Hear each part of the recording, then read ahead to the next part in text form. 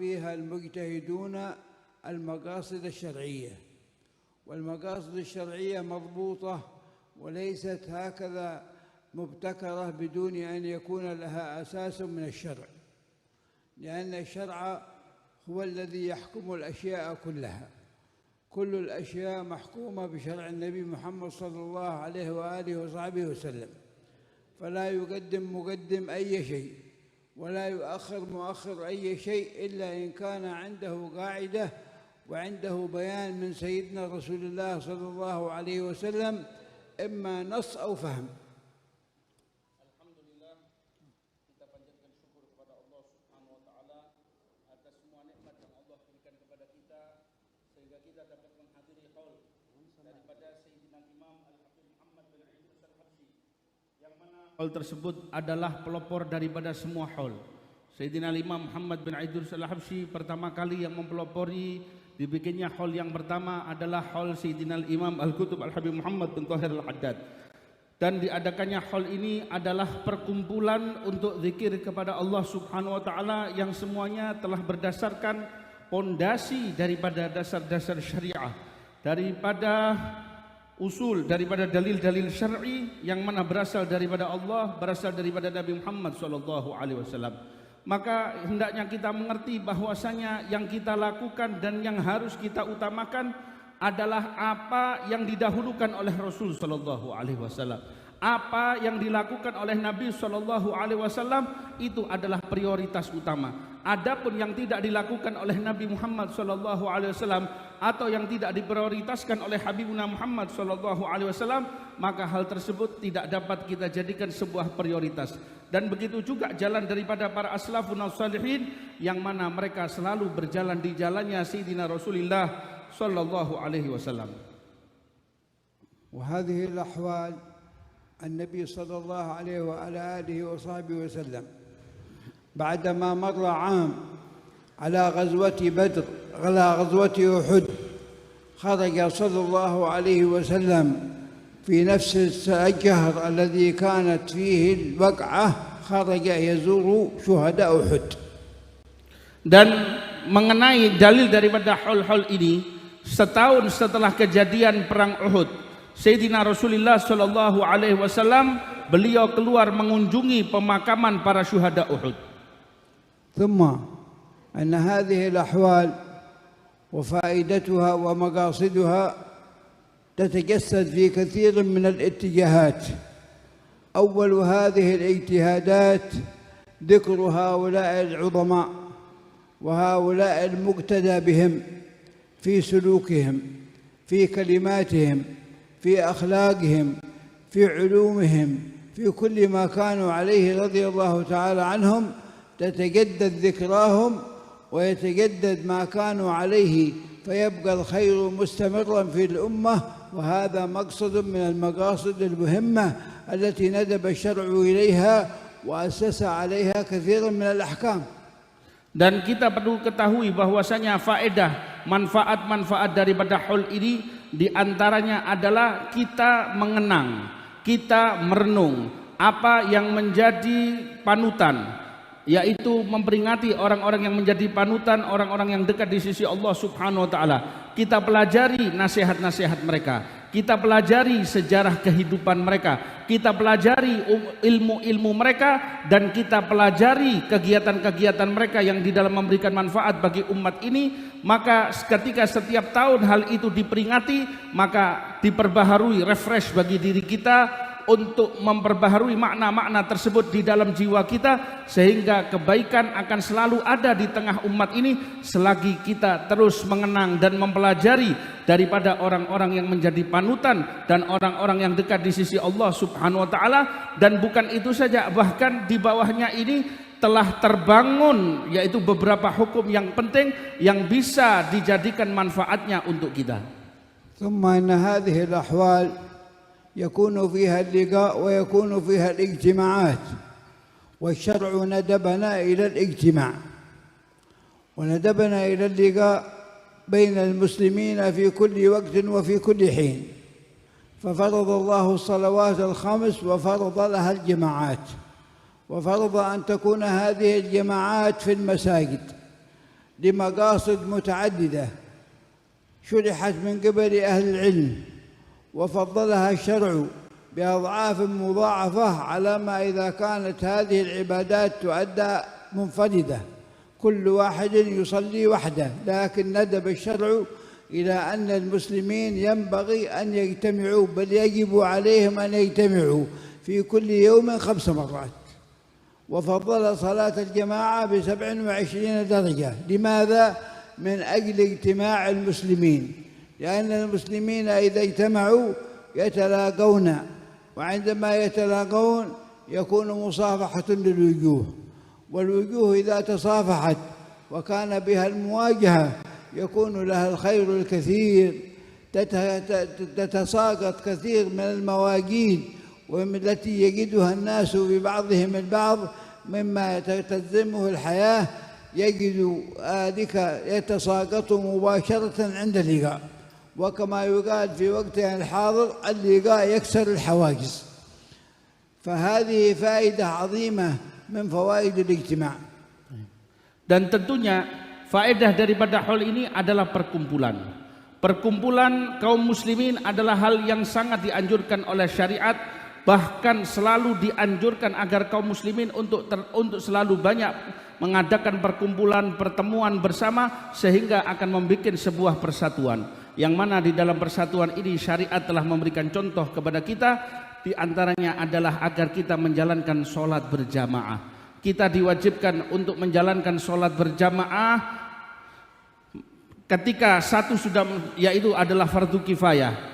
Tetapi di dalam sholat berjamaah ini terdapat manfaat yang begitu besar. Meskipun kalau orang menjalankan sholatnya dengan sendirian secara munfarid, dia tetap gugur tuntutannya, gugur kewajibannya dia untuk melakukan sholat. Tetapi syariat menjadikan pahala yang menjadi lebih besar ketika kaum muslimin berkumpul untuk melakukan sholat berjamaah. Bahkan kalau di satu daerah tidak ada sholat berjamaah, maka daerah tersebut akan terkena dosa. Karena itulah menjadi wajib di satu daerah adanya satu jamaah, yaitu sholat berjamaah. Kenapa demikian? Yang pertama, ketika sholat berjamaah 27 derajat yang diberikan oleh Allah Subhanahu wa taala pahalanya dibanding kalau orang sholat sendirian. Yang kedua, ketika kaum muslimin berkumpul, di saat itu akan bertemu, wajah ketemu wajah, tangan ketemu tangan, bersalaman, wajah bersalaman. Ketika saling bertemu, maka di saat itu unek-unek yang tidak enak, perasaan-perasaan yang mengganjal di dalam hati yang dapat memecah belah kaum muslimin akan menjadi runtuh. Karena itulah pertemuan-pertemuan semacam ini sangatlah dianjurkan oleh syariat. Dan ketika seseorang mendapatkan pertemuan semacam ini adalah untuk menjadikan kehidupan menjadi lebih tentram, menjadi lebih damai, dikarenakan sudah hilang segala macam bentuk perasaan-perasaan yang mengganjal di dalam hati ketika wajah ketemu dengan wajah, tangan bersalaman dengan sesama. ولم يكتفي الشرع بأن يجتمع أهل الحي كل يوم 5 مرات، فقد يغيب بعضهم وقد يكون بعضهم خارج البلد، ففرض الشرع على المسلمين جميعا أن يجتمعوا في كل أسبوع لصلاة الجمعة، وصلاة الجمعة فرض لازم متحتم على كل من اجتمعت فيه شرائط الوجوب، ويخطب الخطيب فيهم، ويكون تلك الخطبة معالجة لكثير مما يدور في خلال الأسبوع بين المسلمين، من أجل أن يكون الاجتماع له فائدة وله عائدة تعود عليهم في حياتهم وفي أسرهم وفي بيوتهم وفي مجتمعاتهم. هذه مقاصد الشرع في الاجتماع. Dan bukan hanya diwajibkan setiap hari 5 kali kita melakukan sholat berjamaah. Terkadang mungkin di daerah tersebut ada orang yang bepergian, maka diwajibkan setiap Jumat untuk berkumpul bersama melakukan sholat Jumat. Kenapa demikian? Kemudian yang mungkin akan datang seminggu sekali dia pulang dari keluar kota dapat bertemu lagi, di situ akan semakin menambah kerukunan, akan semakin menambah persatuan. Dan kemudian di situ ketika sholatul Jum'ah ada khatib yang berkhutbah. Tujuan daripada khutbah ini adalah untuk mengatasi, memberikan solusi, permasalahan-permasalahan yang ada di tengah masyarakat saat itu, yaitu mengenai permasalahan keluarga, mengenai permasalahan kemasyarakatan, mengenai permasalahan akhlak dan hal-hal sosial yang penting yang di situ akan diberikan solusinya ketika sama-sama mendengarkan khutbah, sehingga keadaan masyarakat menjadi terjaga, keadaan masyarakat menjadi semakin bersatu dan masyarakatnya menjadi semakin rukun. Ini adalah termasuk salah satu daripada maksud utama pertemuan atau perkumpulan yang dianjurkan oleh syariat. وإذا نظرنا إلى مقاصد الشريعة ليس لأهل كل بلد فقط ولكنه للمسلمين أجمعين، ففرض الله سبحانه وتعالى الحج على كل مستطيع يذهب إلى الحج ويؤدي الحج والعمرة ويزور سيدنا رسول الله صلى الله عليه وعلى آله وأصحابه أجمعين من أجل أن يكون اجتماع للمسلمين من كل قطر، من كل حدب، من كل صوب، كلهم يجتمعون من أجل أن يكون هناك فهم واحد. هذا الفهم الواحد إن هذه أمتكم أمة واحدة.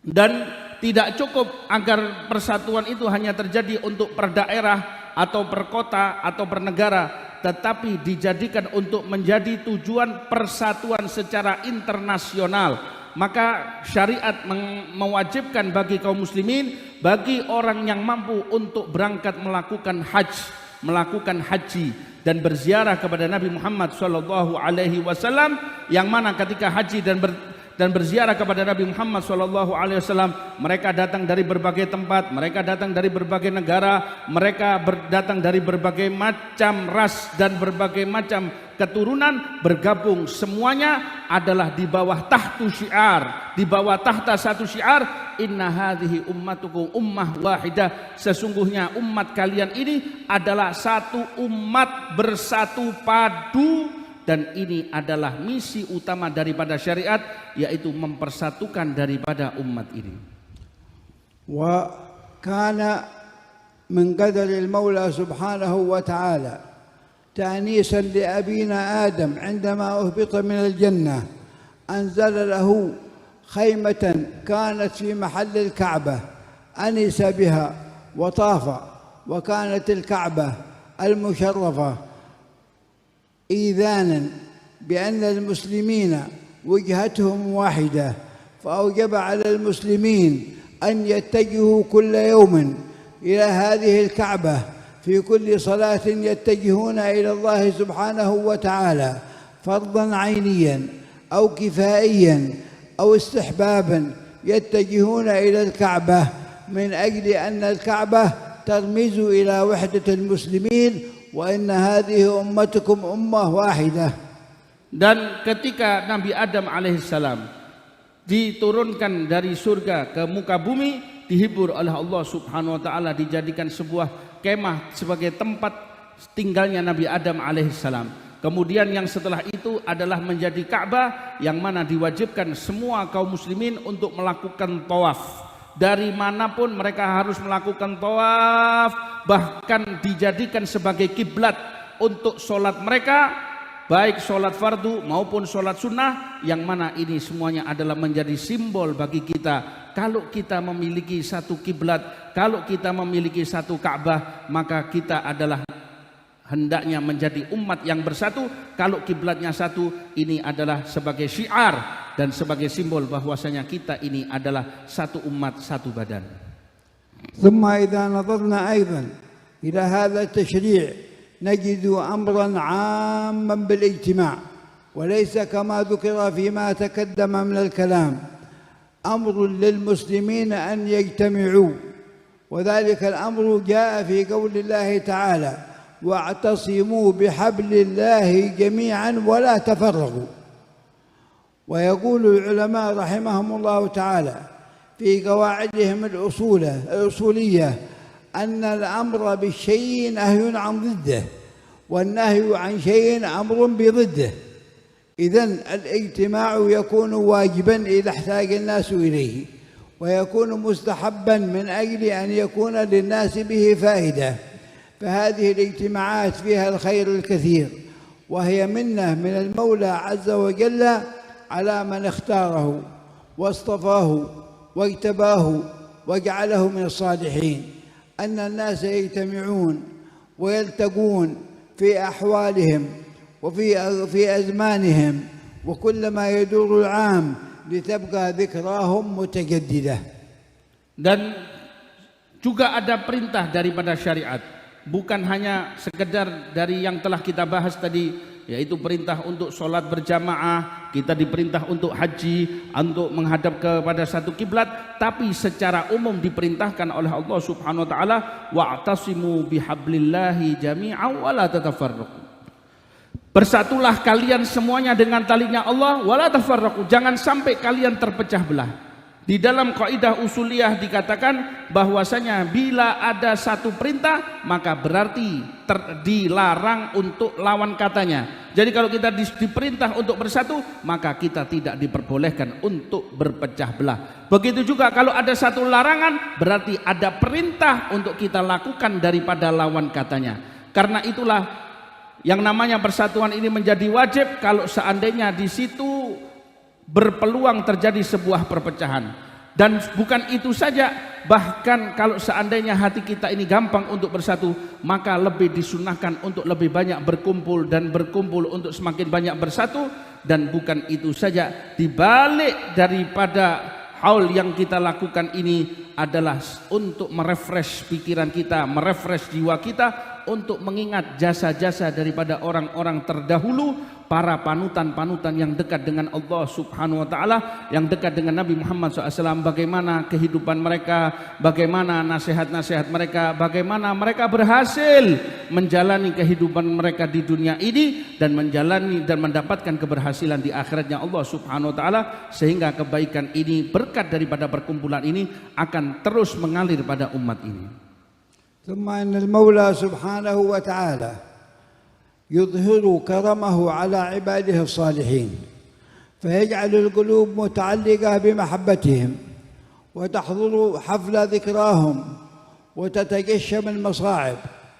وفي هذا الحول كما في حول الحبيب علي بن محمد الحبشي وغيرهم من القضماء والكرماء نجد الناس في الشوارع يجلسون ويتكبدون كثيرا من المصاعب، وبعضهم قد تقدم به السن ولكنه يكون منه ذلك برغبة وبمحبة وقربة يتقرب بها إلى الله سبحانه وتعالى، لأن الله أمر بإكرام الصالحين وأمر بإكرام من توجه إليه سبحانه وتعالى وجعلهم أولياء له. الأولياء هؤلاء يولدون وتولد ذكراهم بعد أن يفارقوا الدنيا، بعد أن يفارقوا الدنيا تكون لهم ولادة، هذه الولادة خالدة تالدة إلى يوم القيامة، فضلا من الله سبحانه وتعالى ونعمة. Dan ketika kita lihat bagaimana kemuliaan yang Allah berikan kepada mereka, para kekasih Allah, para aulia wassalihin, orang-orang yang dekat dengan Allah Subhanahu wa taala, adalah Allah jadikan hati manusia menjadi cinta kepada mereka, senang duduk dengan mereka.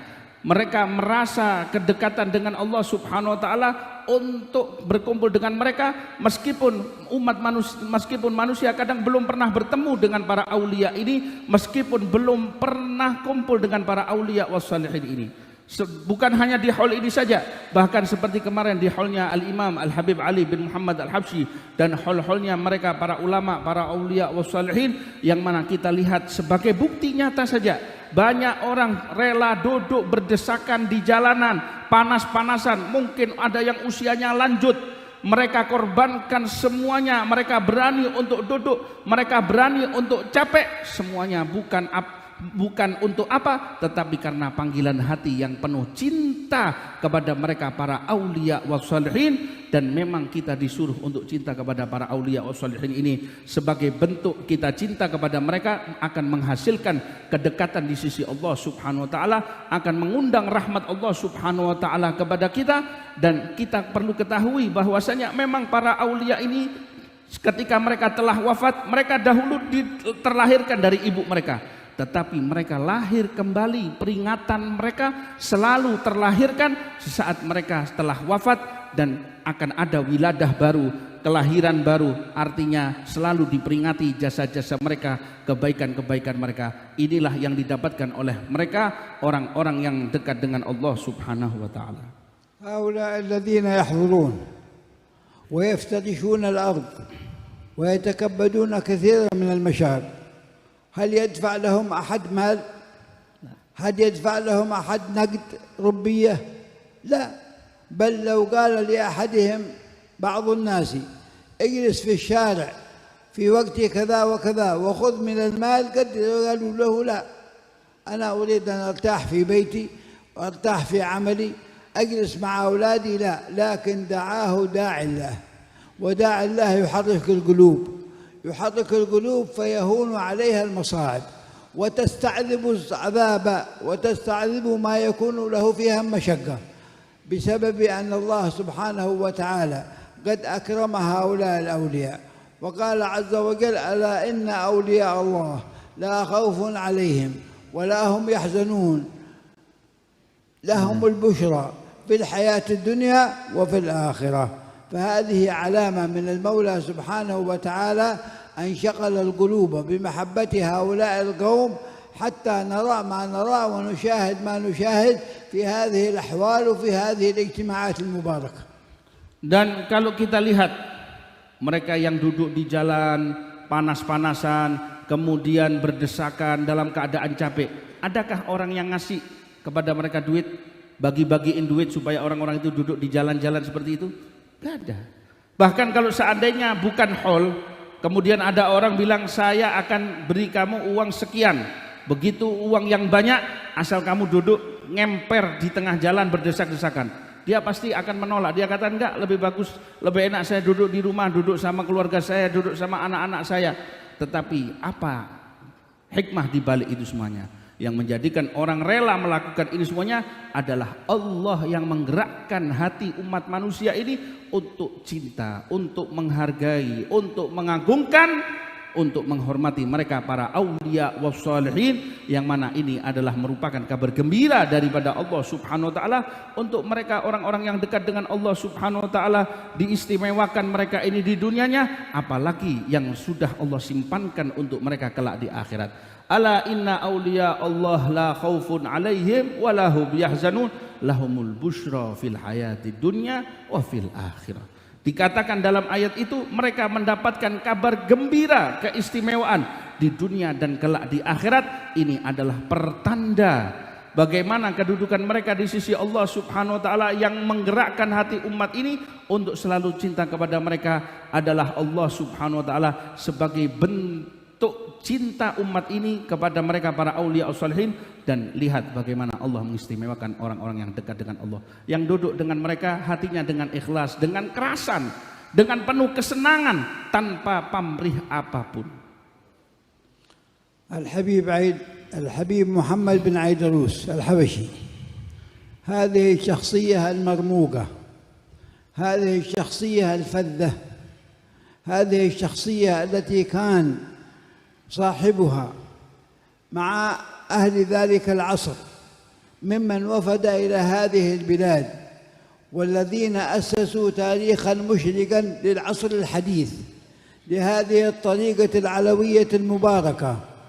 كان له الأثر الكبير في إشادة هذه المباني العالية وهذه المقامات السامية، فكافأه الله سبحانه وتعالى الكفاء الحسن وجزاه الجزاء الوافر في هذه الدنيا بتخليد ذكره، وفي الآخرة فيها ما لا عين رأت ولا أذن سمعت ولا خطر على قلب بشر. Dan kita perlu ketahui, yang kita hauli saat ini adalah Sayyidina Al-Imam Al-Arif Billah Al-Habib Muhammad bin Idrus Al-Habsyi, adalah salah satu tokoh agung, tokoh pembuka, tokoh yang merupakan pembaharu di dalam thariqah alawiyah, terutama di dalam mendirikan, menguatkan sendi-sendi thariqah alawiyah untuk mereka orang-orang yang datang ke negeri ini, mendirikan bagaimana pendidikan dan ajaran para aslafun as-salihin, sehingga memperkuat sendi-sendi dan tiang-tiang daripada thariqah ini untuk semua kalangan yang ada di negeri ini. Maka Allah Subhanahu wa taala membalas beliau, memberikan ganjaran kepada beliau dengan hal-hal yang agung, dengan hal-hal yang sangat luar biasa yang Allah berikan, yang mana hingga saat ini kita selalu mengingat beliau, hingga saat ini kita peringati daripada haul beliau adalah kita meskipun belum ketemu beliau, kita cinta kepada beliau dan senantiasa akan terperbaharui citra beliau menjadi semakin baik, menjadi semakin agung, semakin naik di sisi Allah Subhanahu wa taala, dan kita pun akan mendapatkan derajat yang tinggi dengan kita cinta kepada mereka. يكفي أن نعرف في فضله أن شيخه الحبيب علي بن محمد الحبشي يشتاق إليه بعدما سافر، ويودع أشجانه وشوقه إليه في هذه القصيدة العجيبة التي سمعناها، ويذكر ما كان عليه الحال عندما كان في بلده في حضرموت، وكيف كان الشيوخ ينظرون إليه ويلاحظون فيه ما أكرم به من الله عز وجل من النباهة، من الذكاء، من تحصيل العلم، من الجلوس في مجالس أهل الخير ومجالس الشيوخ بالأدب الجم والانتباه الكثير لتحصيل ما كان الله قد منحهم به وأعطى ما منحهم إياه، وأعطاهم إياه سبحانه وتعالى من مزيد فضله وفضله العظيم الذي جعله الله سبحانه وتعالى متواليا غير منقطع لمن أقبل عليه، لمن صدق في توجهه سبحانه وتعالى إليه، فكان له هذا المقام العظيم أن مشايخه العظام يشتاقون له ويطلبون منه أن يعود إليهم. هل يحدث هذا إلا على سبيل الندرة لتلاميذ يشتاق شيخهم إليهم ويقولون لهم ارجعوا إلينا، تعالوا إلينا؟ المطلوب أن الأستاذ التلميذ يشتاق إلى الأستاذ ويطلب منه أن يقبله مرة أخرى، وأن يعود يشرب من مناهله العذبة الصافية التي نالته فيما مضى. لكن عناية المولى سبحانه وتعالى لمثل هذا الإمام العظيم الكريم جعلت مشايخه يشتاقون إليه ويطربون بذكره ويرسلون له نفائس القصائد. Dan kita lihat bukan hanya anugerah di dunia ini saja, belum nanti yang Allah simpankan untuk beliau kelak di akhirat begitu agung dan begitu besar. Kita lihat beliau Al-Habib Muhammad bin Idrus Al-Habsyi ini, seperti yang kita dengarkan tadi di dalam qasidah, bagaimana guru beliau Sayyidina Al-Imam Qutbul Mali Al-Habib Ali bin Muhammad Al-Habsyi betul-betul merindukan kepada beliau, sampai diceritakan bagaimana Al-Habib Muhammad bin Idrus ini mendapatkan pandangan nadhrah dari gurunya, mendapatkan nadhrah dari para masyayikh, dari para guru-guru yang ada di zamannya. Mereka semuanya ridho dan mereka semuanya senang, mereka semuanya cinta kepada Habib Muhammad bin Idrus. Dan ada satu hal yang sangat luar biasa adalah gurunya merindukan sosok Al-Habib Muhammad bin Idrus ini, bahkan bukan hanya sekedar rindu, malah menginginkan agar beliau balik lagi ke Hadramut. Biasanya kalau murid rindu kepada gurunya itu suatu hal yang wajar. Tapi kalau guru yang rindu kepada muridnya, bukan sekedar rindu, tetapi bahkan mengirimkan kalimat-kalimat mutiara, pujian-pujian untuk sang murid, menginginkan kedekatan sang murid ini, menginginkan, merindukan agar murid ini tadi kembali kepadanya. Dan ini adalah sebuah kedudukan yang tinggi di sisi Allah Subhanahu wa taala. Maka beliau ini adalah ibarat jembatan penghubung. Yang baru, yang masa kini, yang setelah beliau atau di zaman beliau tersambung dengan orang-orang, para syuyukh, para ulama yang ada di Hadramut, yang ada sebelum beliau. Nadrah dari mereka kemudian diberikan kepada orang-orang yang menyambut, yang senang, yang cinta kepada beliau, yang menjalankan ajaran-ajaran daripada beliau. Karena itu kita lihat bagaimana kedudukan yang beliau dapatkan ini adalah kecintaan para gurunya kepada beliau dengan kecintaan yang sangat luar biasa, sehingga mengirimkan qasidah-qasidah yang menceritakan bagaimana kerinduan cinta mereka kepada sosok Sayyidina Imam Al-Habib Muhammad bin Idrus. Ini adalah suatu makom yang sangat luar biasa. Tilka al-fatrah al-ajibah wal-huqbah al-zamaniyah al-mutlibah التي تستدعي منا أن ننظر إليها بالإقبال والإجلال وطلب الاقتداء بهم. من كان فيها؟ كان فيها الحبيب محمد بن عيدروس، الحبيب محمد المحضار، الحبيب أحمد بن عبد الله العطاس، الحبيب عبد الله بن محسن العطاس، جاء إليها الحبيب محمد بن طاهر الحداد، أولاده علوي وحسين، وعدد كبير من هؤلاء الذين أشرقت بهم هذه البلاد وكانوا قدوة صالحة لأهلها وأسسوا التأسيسات العظيمة. الحبيب علوي بن علي الحبشي وغيرهم وعدد منهم، ومن تلقى منهم تقول لاقيت سيدهم، مثل النجوم التي يسري بها الساري رضي الله تعالى عنهم وأرضاهم.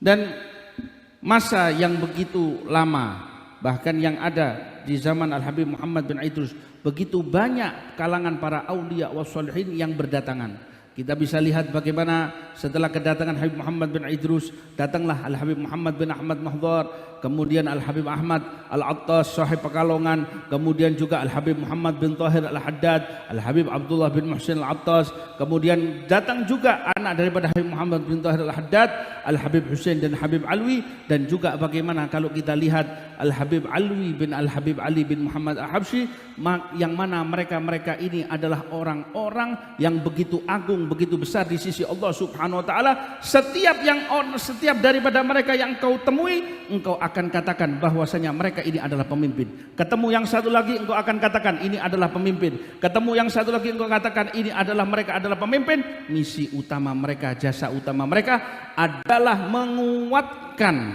daripada sendi-sendi thariqah yang begitu kuat, yang membawa keberkahan.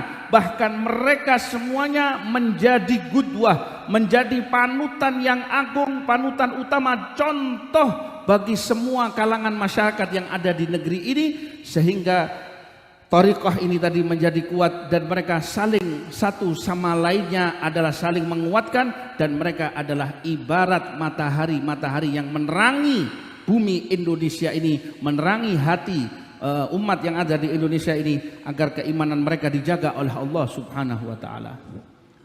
سمعت ذكرا للحبيب محمد المحضار في كلام المتكلم بالملايو، وأنا لم أفهم ماذا قال، لكنني على الإجمال فهمت ما كان عليه من ممادح. والحبيب محمد المحضار هذا لم يكن له فقط الهيكل الجذاب الذي منحه الله إياه، والنبي صلى الله عليه وعلى آله وصحبه وسلم يقول ابتغوا الخير من الوجوه الحسان. فلذا ينبغي أن ندرس سيرهم وأن ندرس أخبارهم. عندما تقرأ لهذا العالم الكبير نجده فقيها جيدا، فقيها متمكنا. عندما تلاحظه في أدبه تجده أديبا من الطراز الأول. عندما تجده عابدا تجده ناصبا قدميه في محراب العبودية، تجده خاشعا لله سبحانه وتعالى. وهذه الأشياء وهذه الصفات كانت لهم عموما، وكانت هذه مودعة فيما ضمنه الحبيب محمد بن عيدروس في كثير من قصائده. كانت حقبة زمنية جميلة، حقبة زمنية وعصر ذهبي بكل معنى الكلمة. Kalau kita lihat tadi, ketika tadi saya lewat masuk ke tempat ini, saya dengar cerita manaqib yang dibacakan tadi dalam bahasa Indonesia tentang Habib Muhammad bin Ahmad Al-Mahdhar. Saya kurang begitu faham, tetapi saya ceritakan sedikit tentang Sayyidina Al-Imam Habib Muhammad bin Ahmad Al-Mahdhar. Al-Habib Muhammad bin Ahmad Al-Mahdhar ini orang yang dikarunia oleh Allah Subhanahu wa taala dengan perawakan yang begitu tampan, menarik hati. Nabi SAW Beliau bersabda, carilah kebaikan pada orang-orang yang wajahnya baik, pada orang-orang yang wajahnya tampan. Bukan hanya sekedar wajahnya yang tampan, tetapi kalau kita lihat dari segi keilmuan, beliau ini adalah seorang ahli fikih yang betul-betul kuat pijakannya di dalam semua bidang keilmuan, terutama bidang keilmuan fikih. Bukan hanya sekedar ilmu fikih, kalau dalam segi ibadah, beliau adalah hamba yang benar-benar ibadah di dalam mihrab taat kepada Allah Subhanahu wa taala. Kalau dilihat daripada akhlaknya, beliau ini adalah orang yang begitu akhlak, begitu sopan santun kepada sesama. Dan ini sifat-sifat yang agung ini semuanya ada pada sosok beliau, dan dulu secara umum banyak orang yang memiliki sifat-sifat ini. Dan lihat bagaimana cintanya Al-Habib Muhammad bin Idrus Al-Habsyi kepada beliau yang diungkapkan di dalam syair-syairnya yang penuh dengan keindahan, penuh dengan kecintaan, yang mana masa-masa itu adalah masa-masa keemasan. أسسوا هذا التأسيس العظيم أسسوه على تقوى ومن أسس على تقوى يدوم عمله ويفنى الدهر وعمله قائم لكن أسسوه على سنة رسول الله على طريقة رسول الله على طريقة آل بيت رسول الله على طريقة أصحاب رسول الله ودام ووجد الله من الله سبحانه وتعالى القبول وما يتفيأ الناس هذا الفضل الكبير إلا بعد هذا التأسيس العظيم الذي أنبت وأثمر وأينعت ثماره وارتفعت أشجاره وظهر خيره وظهر نوره ونسأل الله أن يديم ذلك. Dan tentunya mereka ini adalah orang-orang yang berjasa mengasaskan ajaran-ajaran mereka berdasarkan takwa kepada Allah Subhanahu wa taala.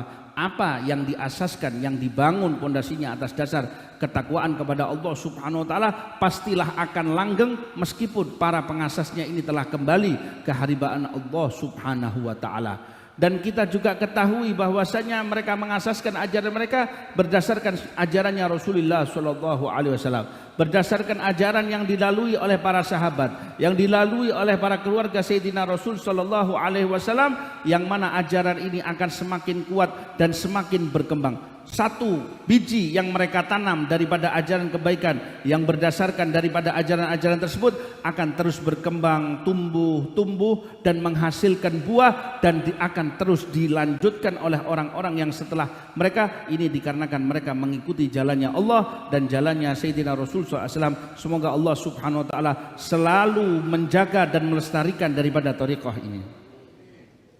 Mahabbatuna lahum, ta'zimuna lahum, اجتماعنا في أحوالهم يستلزم منا أن نقتدي بهم، أن نتبعهم، أن نتتبع آثارهم، أن نقفو أثرهم، أن ننشر ذلك في أولادنا وفي بيوتنا وبين أبنائنا وبين نسائنا، لأن المستقبل يحتاج منا إلى اهتمام بالأبناء والبنات.